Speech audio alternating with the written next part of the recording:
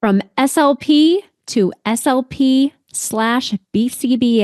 Today, I have a wonderful conversation with Jennifer Houston. She is a colleague, friend, member of the ABA Speech Connection, and I feel like she was an early adopter of ABA Speech. She found my course that was my first course ever called Help Me Find My Voice. That was an ASHA approved course for 5 years, and we actually retired that course last year because we have new science and new research. But that was my baby. That course was my baby.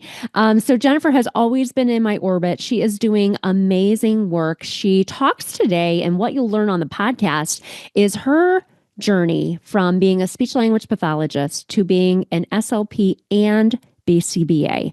There are less than 500 duly certified individuals worldwide, and Jennifer and myself are included in that group of unicorns, sometimes we call ourselves. She's currently a clinical faculty member at Purdue Fort Wayne, where she teaches graduate and undergraduate courses, supervises student clinicians, and coordinates medical externships.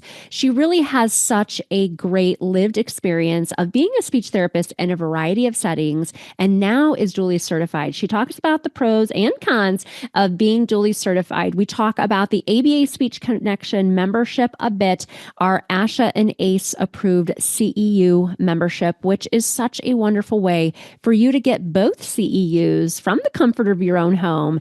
Oftentimes, Jennifer likes to log into our live events, which we do every single month. And I'll tell you what, we discuss how lively that chat gets, the Zoom chat. It gets really chatty, we both say. And if you've been on a live webinar, you know what we're talking about. So let's get into this conversation with Jennifer Houston. I'm Rose Griffin, a speech therapist, board-certified behavior analyst, and founder of ABA Speech. It wasn't all that long ago that I felt overwhelmed by providing therapy for my autistic students and any students who were not yet speaking.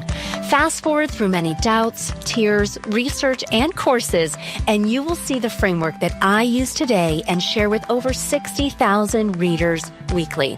One that will help you support your students and feel more confident in the process. I created the ABA Speech podcast to give you simple, step-by-step strategies to help you reach all of your students wherever they are on their communication journeys. If you're a speech therapist, BCBA, RBT student, or parent who's looking to help all students develop a way to communicate with the world, you are in the right place, friend. Let's get started. Welcome to the show today. We have with us ABA Speech Connection member and a friend and colleague, Jennifer Houston. Thank you so much for coming on to the show, Jennifer. Thank you for inviting me, Rose. And I feel like just ever since I started my business, you've been a supporter and a friend and colleague. So thank you for that, because when you first start these things, you're like, hello, is anybody out there? Is anybody listening? So I appreciate all of your support. That is for sure. And you're also duly certified, which is always fun too. I love having people on the podcast who are duly certified and just meeting people in real life or Zoom, whatever it is, because there are less than, I think, 500 of us now is what Nakia said at the last time she gathered all the information. So I would love to know, and I don't think I know your whole journey about becoming duly certified. So how did you know that you wanted to be duly certified, and what did that look like for you? Sure. Well, my path was probably a little different than most people who have become duly certified. In my case, it wasn't really something that I had planned on or aspired to professionally. It didn't happen by accident, because I don't think that is the truth. But so I was an SLP for 20 plus years. I worked in, I think, every possible setting you can work in as an SLP. When I worked in the public schools in Ohio, I worked there for about 7 or 8 years, and a lot of my students there were in the developmental preschool class. And the preschool teacher at that time taught me a lot about how to support kids using reinforcement, visual cues, and how to be consistent. And that really stuck with me as I moved through different jobs. and the things that she had taught me really impacted me and my clients. So after leaving the school system, I went to work for Indiana First Steps, our Birth to Three program. And as I settled into my new role there, I was routinely recommended for families of autistic children or children they suspected were autistic. Many of the kids on my caseload had feeding difficulties. So the agency I worked for decided to open a feeding clinic, a sort of an outpatient feeding clinic. So then I was part of the team of some other amazing therapists who got that clinic up and running. And that eventually evolved into an outpatient clinic. And I started to split my team time between First Steps and the outpatient clinic. So it was kind of evolving in my role there. Along the way, I started becoming more and more interested in ways to support the kids on my caseload who had challenging behaviors and difficulty using communication in a functional way. One day, the owner of the company called me in for a meeting, and I thought, well, that's it. I'm getting fired. I'm sure that's the only reason he would call me in. Well, that wasn't what happened, of course. He said he was thinking about starting an ABA clinic Mm. and wanted me to go back to school to be a BCBA. What? That's amazing. I had no idea what that was. I Yes. think I probably wrote the letters down wrong on my Right, notebook. right. And I had no idea. But I had heard of ABA, and at that time I had some negative biases about it Yeah. because of what other people had told me along the way. So I told him I'd think about it. Of course, you'd have to, that's a big ask. Yeah. After doing a little bit of online reading, I thought, oh my goodness, this is an opportunity I cannot pass up. Mhm. This is more of an extension of what I've already been doing. And it would help me going back to school and learning about some of these techniques would help me answer some of the questions I had. So of course I said yes. And I'm just forever grateful that he saw that potential in me. Mhm. And uh, it's been a wonderful opportunity for me. That's amazing. Yeah. And I didn't I forgot how that all went. And that's a great opportunity. It's everybody has their own path that took them there. But it was interesting that you started to see all, the autistic students or how to really help your kids who are engaging in challenging behavior because we're just not really taught those things in speech therapy. I'm always like, there was no video of the kid who like runs from the table or is not just engaged right in the session. And that's really usually who we're supporting. So what are because you said you had heard some things about ABA, and honestly, when I became a BCBA, nobody knew what ABA was, at least in my orbit. So I was just, I don't know, progressive. I had worked at an ABA clinic that was a non-public program that was students' least restrictive environment, part of the Cleveland Clinic. Now it's called the Learner School. But what do you think are there any pros and cons to being dually certified? Like, obviously there's positives because you seem like you enjoy the field, but what are the positives and what are maybe any of the cons or the pitfalls? So there are a lot of each actually, and beyond being duly certified is kind of cool. It sounds impressive, but beyond that, I feel like in my case, working as a BCBA has helped me to become a better SLP. Mm. I can set up my sessions in a way that maximizes the environment and really tunes into the strengths of the family and the client. I was probably doing that a little bit before, but I'm much more intentional about that. And in my current role, I'll talk more about that later, but it's helping me to teach um, students how to do that as well. Um, One of the biggest things I have taken away from being duly certified is antecedent strategies. Hmm. They are everything. Hmm. I find that I use ABA strategies in my speech sessions regularly. I feel like also my clients really achieve their goals faster. Hmm. So my current role is a clinical a professor in a university setting, and it has helped me, I feel, to become a better instructor and a mentor and clinical supervisor. So I teach undergraduate and graduate students, and I supervise student clinicians in our on-campus clinic. Mm. And in both of those roles, I teach my students about the science of behavior and how to use it to create engaging and purposeful sessions. Those are the pros. Unfortunately, there are some cons. It's a balance in everything, right? Um, First of all, maintaining two certifications can be really challenging, both financially and in terms of continuing education.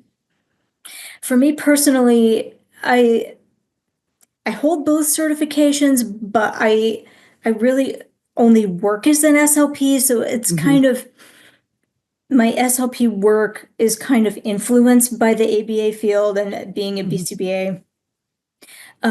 I do kind of find it's a little bit difficult to keep up with everything in the BCBA world. There's a lot going on. Um, True.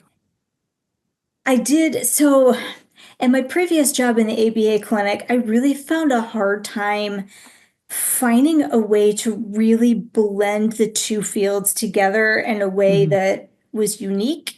Mhm. So I had a, a caseload of speech clients and I had a caseload of ABA clients. Mhm. Sometimes they were the same kid, but I would work with them a little bit differently Mhm. depending on which way I was billing, to be honest. Yes, right.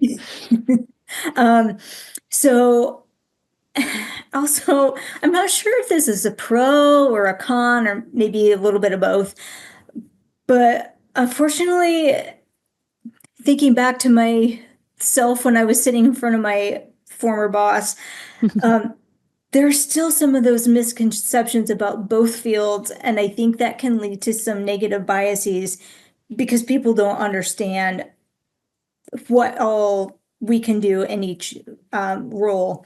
Mhm. So I honestly tend to approach each professional introduction I make with a little bit of caution before I reveal that I'm duly certified.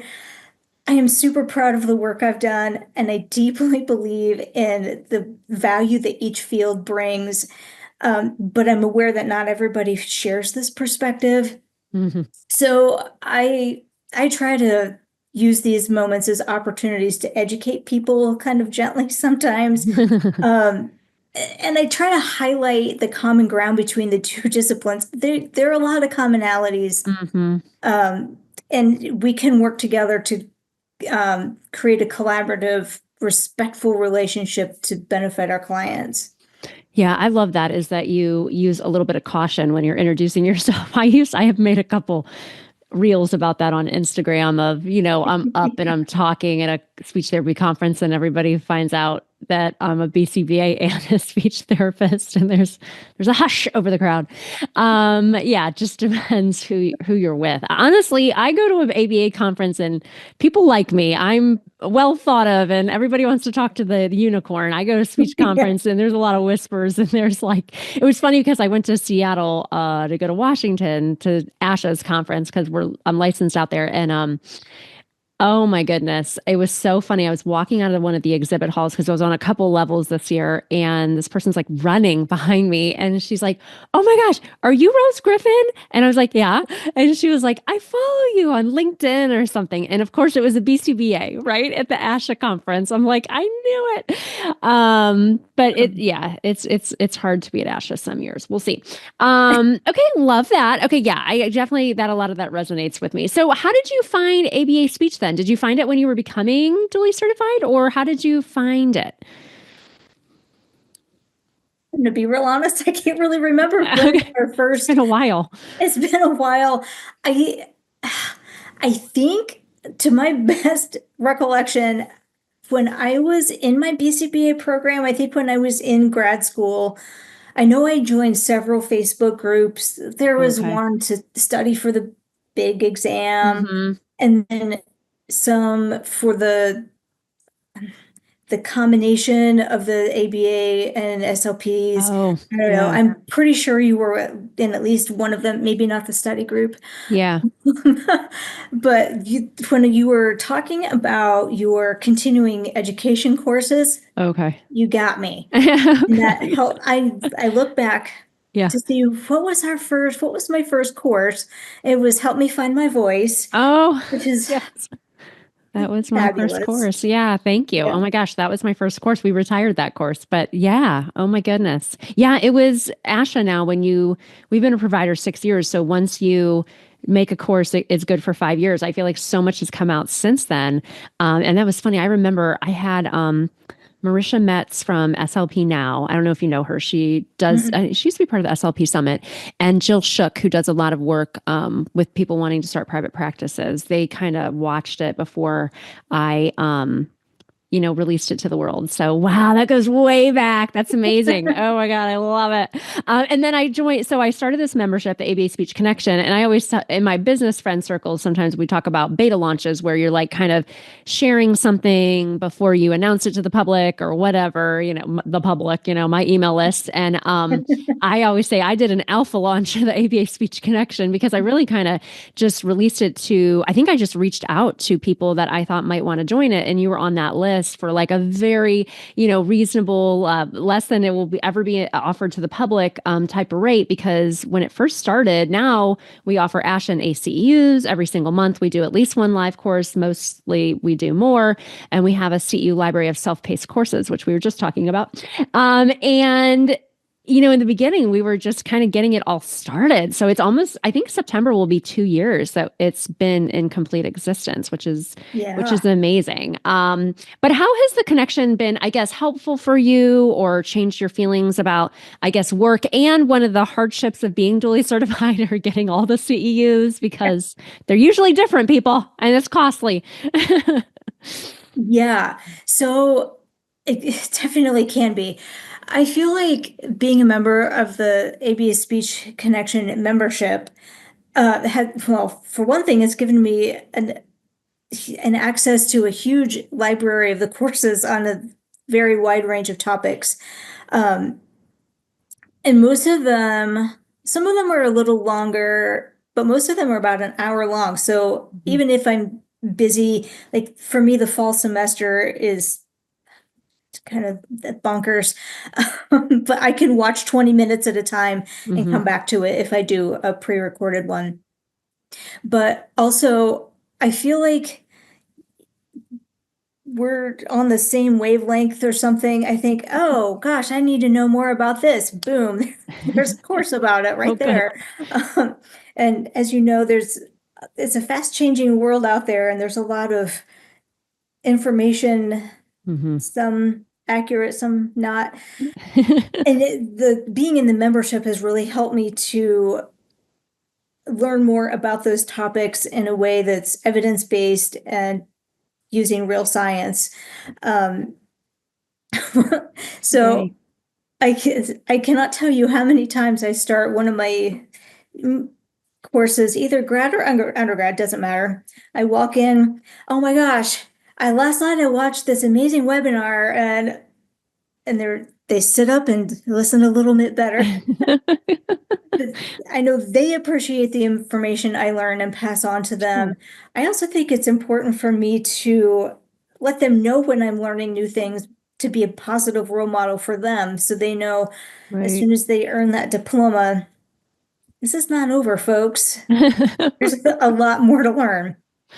Oh, I love that. Yeah, that's nice. I think to model that type of ongoing learning, right? That it's not just, we're doing our CEUs. We have to do them, people. So, let's make it enjoyable. That's why we have the live option. So I'm always amazed that we'll get hundreds of people that will join live. And I just feel like the chat is so active on our lives and people are so engaged to be there. And I know some people just they like to some people prefer to learn that way, to be live. And it's nice too to do a recording. Like my coworker and friend Julie, she had like a cancellation or it was something. I work in a school, my kid's school 2 days a week as a speech therapist. And she was like, I don't know, these kids can't come because state testing or something. And I was like, oh, why don't you do a she's not in the connection, but I was like, why don't you do a CEU? Because I'm always thinking like, it's a good time to get in a CEU.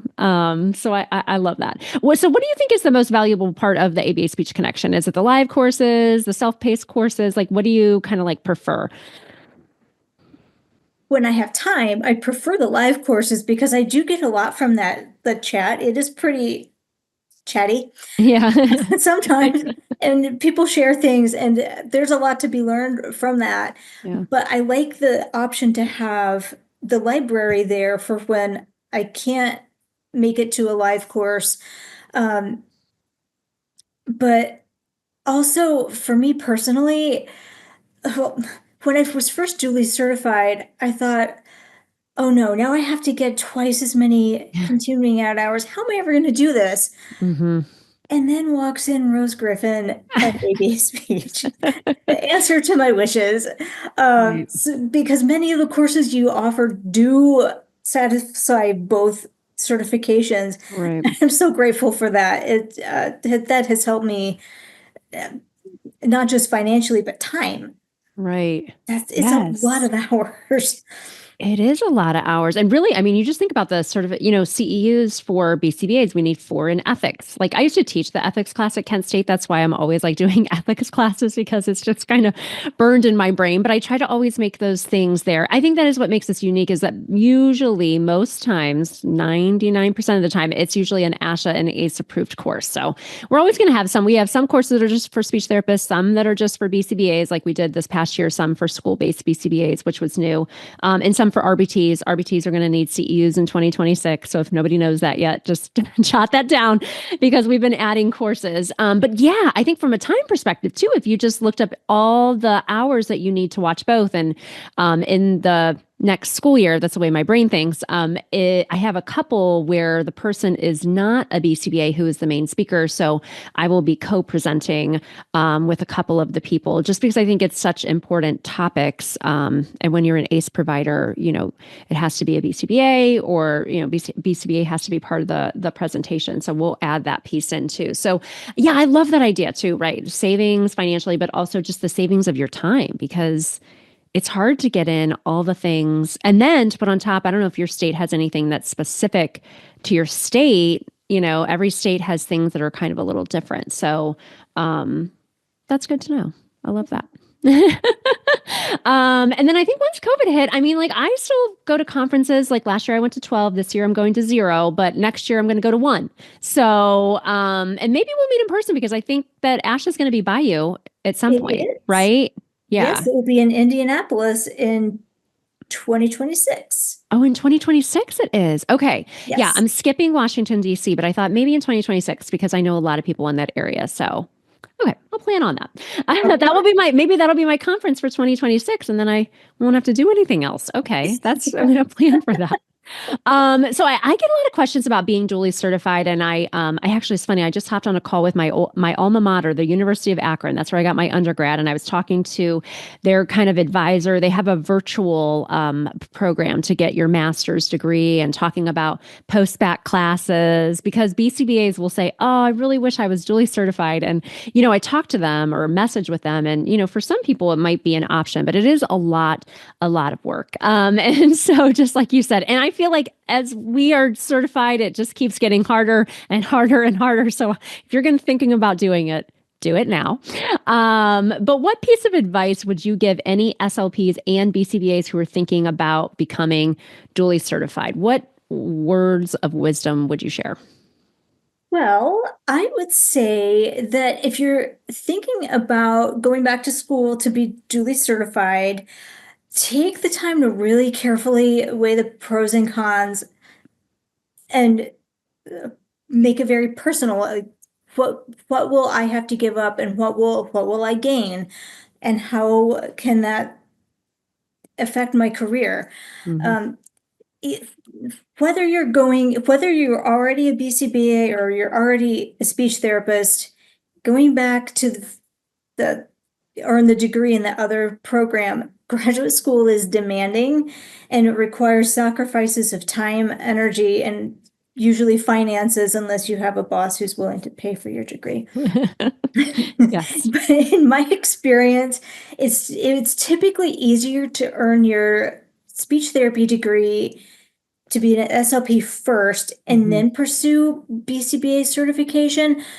You can do it either way, Yeah. but it's a little bit easier, I think, because the BCBA coursework is often designed with working professionals in mind, hmm whereas the SLP programs tend to be more intensive and time consuming. So dial into what you why you want to be duly certified, and then if you're really passionate about it, dig in and commit to it. Do it. I've had several grad students in the speech therapy program who transitioned from entirely different fields. So they quit what they were doing and went back to school. And I have such high respect for the dedication and sacrifices they made. They hmm were highly motivated. They wanted to be a speech therapist and they made it happen. If you're already a BCBA and considering SLP certification, you want to be duly certified, I do think you'll find a lot of overlap between the two fields. So the cognitive load may not be quite as heavy as if you're switching from business to speech therapy, which I have a grad student right now who did that. Wow. Um, but the skills you've developed as a BCBA will serve you very well as a speech therapist and a duly certified speech therapist. Um, I remember feeling so relieved during my BCBA coursework because I realized I was already applying a lot of these concepts in practice. Like, hmm I'm already doing that. Look at me. In fact, one of the textbooks from my from that program I use in my child language disorders course. It hits all the right notes. But no matter which direction you're coming from, if you're already a BCBA or if you're already a speech therapist, the journey to dual certification isn't easy, but it's incredibly rewarding. You'll grow professionally and personally, and you'll be able to serve your clients in a more comprehensive and impactful way. I love that. That's amazing. Yeah. And it does seem easier. I did talk to my alma mater, though, the University of Akron, and there is a course sequence where you can take your post-bac classes to like get ready. So if you have a different type of degree, or if that's, and I was talking to them like, okay, how do people make this work? And I get all these questions about what was my road to dual certification? And I've had a lot of dually certified people on the podcast, and sometimes we just talk about different things. So we haven't done a show just on the journey to certification in a while. And the thing is, just like you said, it's hard to keep up with stuff in the field of ABA because it's a younger profession, so things are always changing. Like there's a newsletter with like really important information that comes out, and then you have to read all the information. They do actually, the BACB does have a podcast as well. And it may not be the most riveting content, but it is very informative and it's important. And so when I'm driving different places, I just listen to those episodes. They make them short, and it's basically like the newsletter come to life. So if you haven't listened to that and you're a BCBA, make sure that you do, because that's the assumption, is that you are just going to stay up to date with everything that's happening. And I think because speech therapy is more established, there aren't as many changes, it seems. But for ABA, we're like, oh, okay, now I'm a speech therapist, and now I can just take this 15 course sequence. Okay, great. Do my supervision. Okay, now I need a whole other master's degree. Okay, like it changes, right? So read It the. does. In fact, the day that I was talking to my former boss and he was talking to me about being a PCBA, on that day, it was, I just had to earn a certificate in ABA. It was a few courses. And I Uh-huh, think 2 days later, the BACB changed it and it was uh-huh. another master's. And then after I earned my second master's degree, they changed it back. Oh my, but they're changing it again though, Yes. I think. Yes, right? Okay. So They, I I guess that's another piece of advice. Check to see what the requirements are very yes. carefully. Yeah, that's the thing too, is like there's something called a BCBA handbook. And so, you have to download that handbook because they will have the updates on that handbook. So you can go to www.bacb.com and download the BCBA handbook because if it's not written on there, if somebody says something and your supervisor says this, that, and the other, if it's not in the BCBA handbook, it doesn't exist because the BACB is gonna come on. It's a bunch of BCBAs. Like they know the rules. They're gonna document it. Like you will lose. Like you just have to have it all written in stone. Yeah, the BACB scares me. We do all the things we're supposed to do. Well, thank you so much for coming onto the show and thank you for being in the ABA Speech Connection. If you join us for a live webinar, in one of the semesters where Jennifer has a lighter load, you may see her in the chat. I would agree our chat is really fun. It's really chatty. The chat is chatty. I do like the chat. Sometimes I'll go back afterwards and I'll be like, oh my gosh, this is amazing because there will be hundreds of people on there talking about things and it's just, it makes the hour go super fast for me too, because I'll ask questions and, go into the chat and answer them. So it's a cool community. But well, thank you, Jennifer, so much for coming onto the show and being a part of the ABA speech community. Thank you, Rose, for all that you do.